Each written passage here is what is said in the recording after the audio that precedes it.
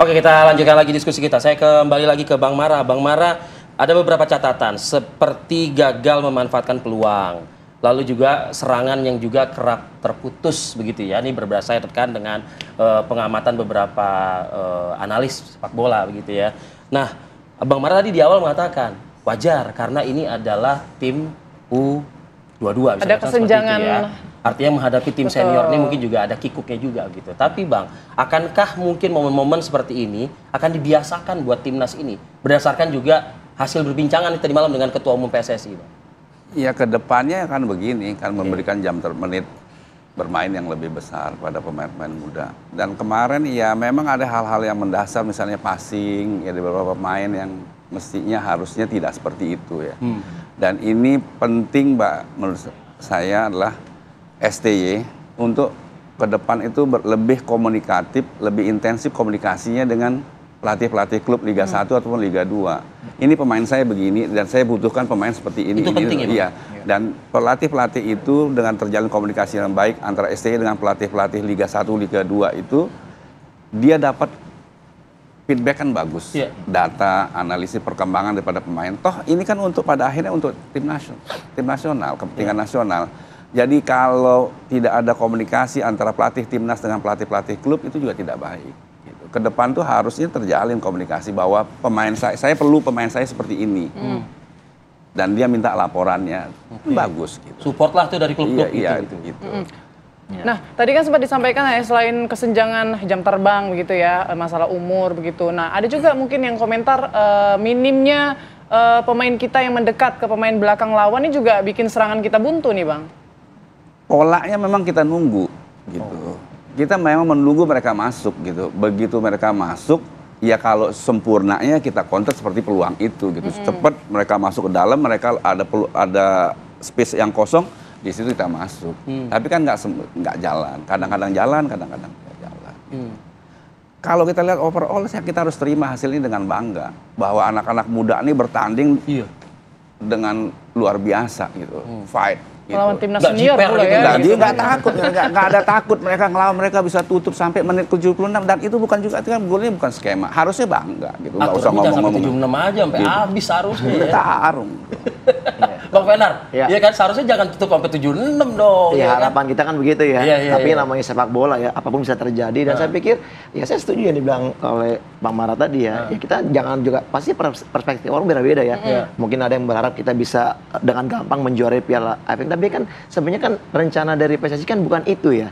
Adalah bagaimana kita mencoba melakukan regenerasi ke depannya ya. Jadi memang sebenarnya jam terbang itu perlu buat para pemain ini. Kita jangan lihat di pertandingan di Piala AFF sekarang nih, tapi mungkin berapa tahun ke depan. Dan saya setuju kalau emang para pemain diberikan kesempatan lebih banyak di jam terbang, pasti mereka akan berkembang sehingga akhirnya stok pemain nasional pasti akan semakin banyak. Nah, ini agak nanggung sebenarnya, kayak udah di menit 76 gitu kan. Dikit lagi nih ke 90 tapi kita gagal bertahan. Nah, apakah ada kelengahan di situ kalau dari kacamata Bang Fenar? Stamina kah mungkin gitu tadi coba? seperti saya bilang tadi, masalah konsentrasi ya. Konsentrasi. Betul sekali, stamina menurut itu bisa berakibat konsentrasi yang buyar kadang-kadang ya. Sehingga akhirnya kita pada saat mendapatkan tekanan, ya itu jadi masalah. Dan utama juga masalahnya komunikasi sebenarnya. Kalau menurut saya, komunikasi itu bisa berjalan atau juga bukan masalah komunikasi secara verbal ya. Kita juga bisa dengan pergerakan, kita lihat bagaimana lawan terdekat ini berbahaya, kita harus bisa mendekat. Karena apa? Ketika kita bertahan dengan pemain yang begitu banyak menumpuk di bawah, artinya harusnya nggak ada celah buat kapten Vietnam ini mendapatkan kesempatan. Tapi ya itulah masalah komunikasi tadi, dan juga mungkin ya kurang beruntung, mungkin itulah lebih pasnya gitu. Kalau tadi yang disampaikan oleh Bang Mara ini, Bang Fenar, soal komunikasi tidak hanya antara pemain gitu, tapi dengan klub-klub juga gitu. Anda menaruh penting juga itu? Iya, saya sepakat itu ya. Karena soalnya itu analisa dari manajer, selain manajer timnas, manajer klub juga nih. Nah, soalnya juga kan dapatnya kan langsung dari informasi A1 kan. Iya, betul. Pak Erick Infonya Thohir A1 gitu.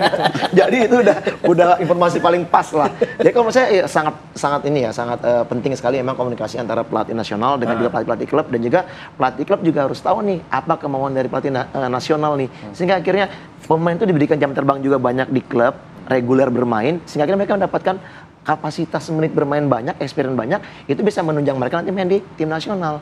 Dan saya sepakat juga, dulu pertama sekali saya yang latih timnas, dia mengatakan apa? Passing kita hancur.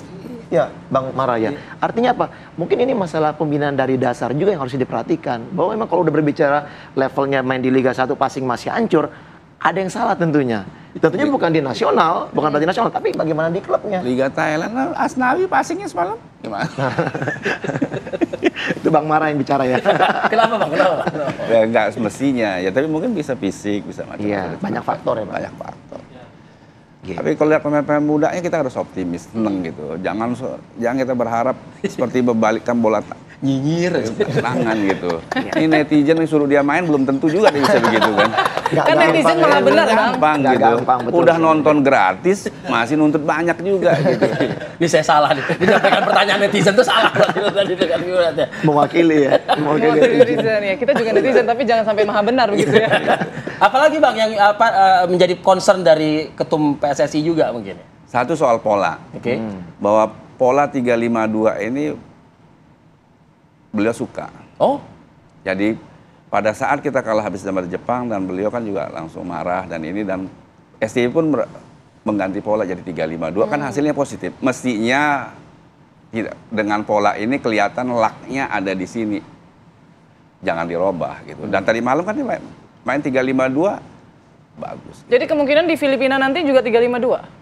Ya Tergantung STI. baiknya sih ada komunikasi. Sekurang-kurangnya Pak Erik kan dia adalah mantan presiden klub besar Inter Milan. Visi dan pengetahuan beliau soal bola kan pasti tahu. Enggak, tapi Dan maksudnya baik bukan berarti berdiskusi dengan pelatih nasional bukan berarti intervensi. Enggak, tapi maksudnya menurut Bang Mara nanti kan kita persiapan nih melawan Filipina nih pada Sabtu mendatang nih. Apakah formasi 352 ini juga ideal nanti untuk digunakan? Sebetulnya kalau mau dibakukan lebih bagus dibagukan. Dulu Jerman juga main baku 4-4-2. kayak begitu terus. Iya, ke timnas 4-4-2, klubnya main 4-4-2 juga. Oke. Nah kebiasaan Sinteyong yang suka berubah-ubah bukan Nah ganti-ganti. itu konsistensinya STY ya lah perubahan. Perubahan ya. Udah kayak politik. Bang Fenar, Ya, jadi kalau kemungkinan STY akan mencoba lagi. Kalau saya pikir begini ya, memang yang namanya transformasi formasi dalam permainan sepak bola itu memang perlu ya. Artinya mungkin dari 352 bertahan menyerang ke 343 itu sah-sah aja ya. Karena menurut saya memang harus kaya dengan strategi ya, Bang Mara ya. Bukan cuma dengan 343 kita patok Ya, kayakan mati. strategi betul. Ya, iya. artinya apa? Dengan 343 kita tidak bisa berkembang dengan baik, kita pakai terus. Nah, harusnya ada perubahan. Evaluasi. Ini yang saya lihat pada saat kita lawan Laos kemarin. Kita bermain dengan 3 back sejajar. Itu ada Ferrari, ada Kadek, ada kalau nggak salah ada Kakang Rudianto yang dari Persib ya. Itu dari segi passing konsentrasi hancur. Kita ketinggalan 1-0, kita cetak 1-1, terus kita kebobol lagi 2-1 dengan begitu gampang. Belum berapa menit. Belum berapa menit. Iya. Artinya apa? Memang di situ ada komunikasi yang tidak bagus. Tadinya saya berharap, ya ini harapan kita juga ya, para netizen ya. Kita harapannya di babak kedua, netizen juga. Kalau di luar dari pas nonton netizen, pas nonton Bang Mara ya. Ya pas di sini kita ya, apa istilahnya sebagai pengamat lah di sini. Nah, saya berharap pas lawan Laos itu di babak kedua ada perubahan. Mungkin dengan yang tadi 352 atau berubah dengan 4 pemain sejajar nih, back sejajar. Tapi nggak berubah juga. Akhirnya apa? Kembali kita menjadi masalah dengan begitu gampangnya ditembus di arah pertahanan. Jadi harusnya bisa menang sebetulnya ya. Ya harusnya ya kita Harusnya dengan 10 menang. pemain bisa mencetak Tapi, gol. di sisi lain harus kita lihat bahwa bukan hanya kita saja yang berkembang. Negara lain juga lain juga berkembang. sama. Gitu. Betul, Jadi Bang. negara lain nggak tidur Iya. gitu. Jadi netizen juga mesti tahu negara lain nggak tidur gitu. Netizen dengerin. Mereka juga melakukan persiapan Iya, juga gitu. setuju. Sama. Artinya gitu. gini Bang ya, mereka Tapi juga pasti netizen ada. sekarang tambah bingung nggak sih Bang sebetulnya ngelihat Towel udah ngobrol sama ketua umum PSSI gitu loh. Mau izin nih Bang. Tapi ke depan ini bagusnya sih pondasinya mesti 352. Pondasi Itu ya. Bahwa abis itu variannya macam-macam seperti Pak Fernand bilang tergantung Evaluasi itu situasi. perlu. Tapi Iya, pondasinya kelihatannya pemain lebih nyaman. Tadi malam juga lebih nyaman main 352. Oke. Lebih disiplin gitu. Bang Fenar melihat nanti kita melawan Filipina, kans kita untuk merobek gawang lawan. Ya kalau saya berharap ya mungkin dengan kembali Marcelino ya pemain yang kita harapkan punya jam terbang dari segi- Probabilitas dia bermain? ya kemungkinan pasti dia akan diberikan Main, kesempatan ya. Jadi saya pikir ini menjadi satu catatan penting karena apa? Kita dengan menang lawan Filipina kita pasti udah menjadi runner up Runner up. tentunya dan kita pasti akan lolos Iya. untuk Lawan juara semifinal. grup sebelah ya? Lawan juara grup Thailand. Thailand mungkin ya. Nah artinya memang walaupun berat ya paling tidak kita harus mendapat peringkat kedua dulu nih.